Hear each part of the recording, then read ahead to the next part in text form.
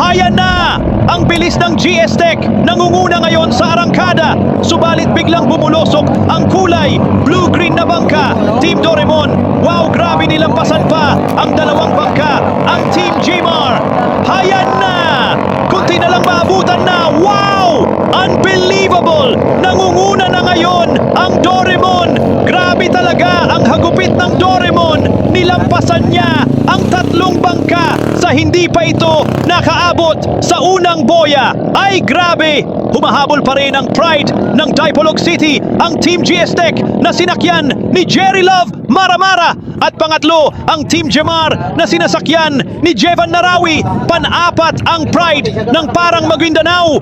Panoorin ninyo, mga kapatid, ang umaatikabong bakbakan ng mga pinakamalalakas na team ng Mindanao. Dito, masasaksihan ninyo ang matitinding salpukan ng mga bangka, ang husay at tapang ng bawat rider at ang walang atrasang laban sa gitna ng malalawak na dagat. Bawat segundo ay puno ng tensyon at aksyon, kaya huwag kayong bibitiw! Ito ang tunay na bangkarera. Bilis, diskarte at tapang ang puhunan.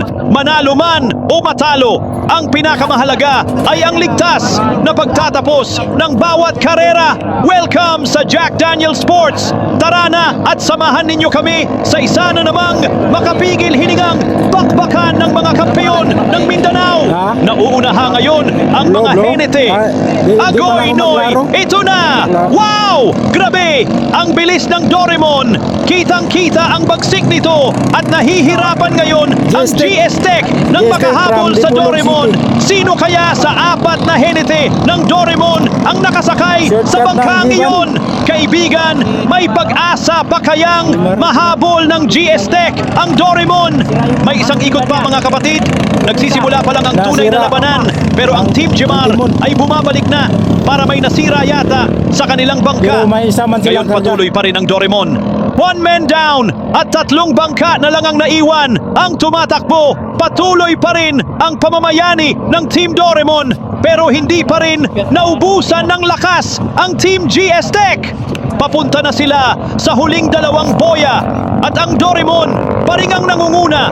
Talagang ipinakita ng Doraemon na karapat-dapat silang tawaging isa sa pinakamalakas dahil sa kanilang takbuhang palaging nangunguna sa bawat pagtatapat. Simulat sa pole, sa pag-umpisa ng krira palaging Doraemon still on the lead. Doraemon. At ngayon mga kapatid, naghahabol pa rin ang GS Tech. At itong Doraemon ay walang kumpiyansa. Hindi man lang pinagbigyan na makadikit ang GS Tech.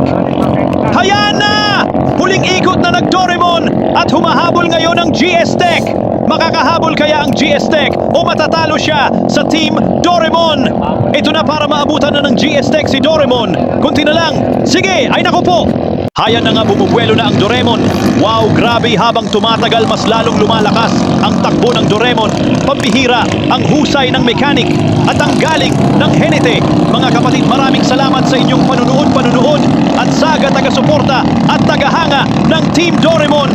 Maari mo bang ibahagi sa iba para makaabot sa ating mga kaibigan na mahilig sa karera? Isang malaking bagay na po yan sa amin mga kapatid. Maraming salamat po at hanggang sa muli!